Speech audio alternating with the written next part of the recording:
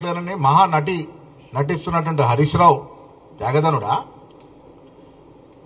తెలంగాణ ఉద్యమం తీవ్రంగా నడుస్తున్నప్పుడు అమెరికాలో ఉన్నటువంటి నువ్వు మీ చెల్లె ఈ తెలంగాణ కోసం ఏం త్యాగం చేశారు?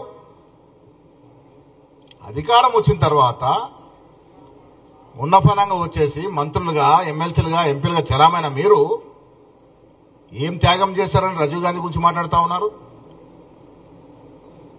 సర్వ సంపద దేశం కోసం త్యాగం చేసిన కుటుంబం గాంధీ కుటుంబం. దేశ ప్రజల రాష్ట్ర ప్రజల సంపద దోచుకున్న కుటుంబం కేసీఆర్ కుటుంబం.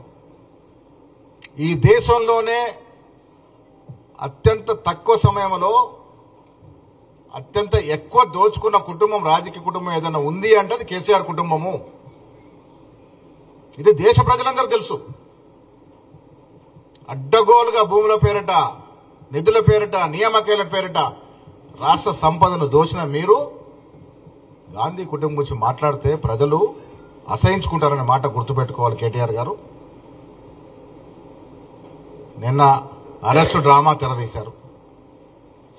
రాష్ట్ర ప్రజలు గుర్తుపెట్టుకోవాలి, ఈ రాష్ట్రంలో తెలంగాణ టీఆర్ఎస్ పార్టీ అధికారంలోకి వచ్చిన తర్వాత ఏ రకంగా ఆంక్షలు విధించినారో కనీసం నిరసన తెలుపుకునే ధర్నా చౌక్ను ఎత్తేసినటువంటి పరిస్థితి, కోర్టు మొట్టికాయలు పెడితే కానీ ధర్నా చౌక్ను పెట్టుకునే పరిస్థితి కాదారాడు.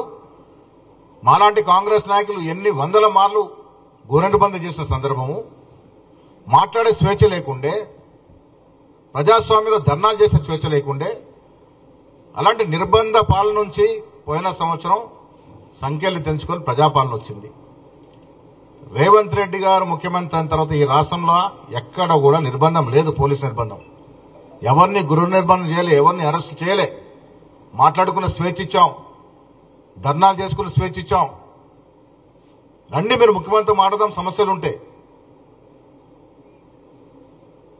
మీ రాజకీయ ప్రాబల్యం పెంచుకోవడానికి, అటెన్షన్ డైవర్ట్ చేసుకోవడానికి విచ్చలవిడిగా మాట్లాడడం, కౌశిక్ రెడ్డి వాడిన భాష. కేసీఆర్ గారు ఫామ్ హౌస్ నుంచి కౌశిక్ రెడ్డి ఫోన్ చేసి ఎందుకు మందలించట్లేదు? ఏం భాష మాట్లాడుతున్నాడు కౌశిక్ రెడ్డి? ఏ విధంగా పోలీసులు నిధులు నిర్వహిస్తుంటే అడ్డుకుంటారు మీరు? ఏ విధమైన ఏసీబీని తోసేస్తారు? చట్టం ఎవరికి చుట్టం కాదు. శాంతి భద్రతలు చేతిలోకి తీసుకొని మేము మాట్లాడుకుంటామంటే ఇక్కడ యంత్రాంగం చూస్తూ కూర్చున్న పరిస్థితి ఉండదు.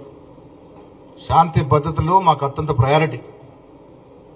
ప్రజాస్వామ్యం ఇస్తున్నాడు కదా కాంగ్రెస్ ప్రభుత్వం, మాకు అన్ని సౌకర్యాలు ఇస్తుంది కదా అని మీరు ఇష్టాజనంగా మాట్లాడి ఇష్టారాజ్యంగా వివరిస్తానంటే ప్రజలు దాన్ని జీర్ణించుకోరనే మాట కూడా ఈ సందర్భంగా నేను గుర్తు చేస్తా ఉన్నాను.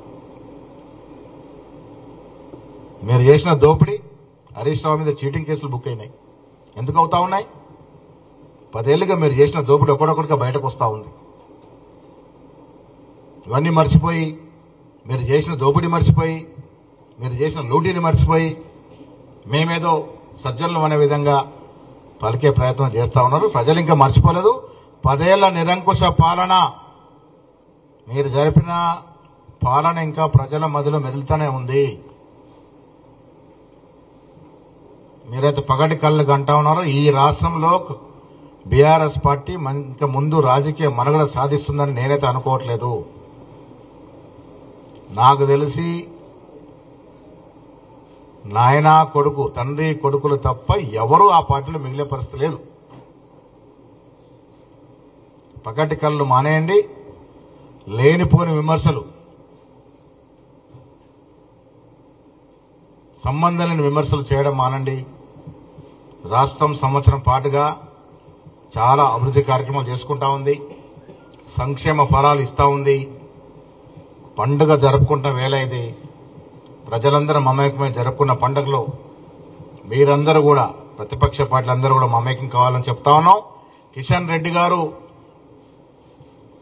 నా దృష్టిలో కిస్మత్ రెడ్డి గారు వారు తెలంగాణకి ఏం చేశారండి? కిషన్ రెడ్డి గారు 35 ఏళ్ళు, నాకు మంచి మిత్రుడు. 35 ఏళ్ల చరిత్రలో కిషన్ రెడ్డి గారు తెలంగాణ కోసం చేసిందేమిటి? నేను ఒక సంఘటన గుర్తు చేస్తాను.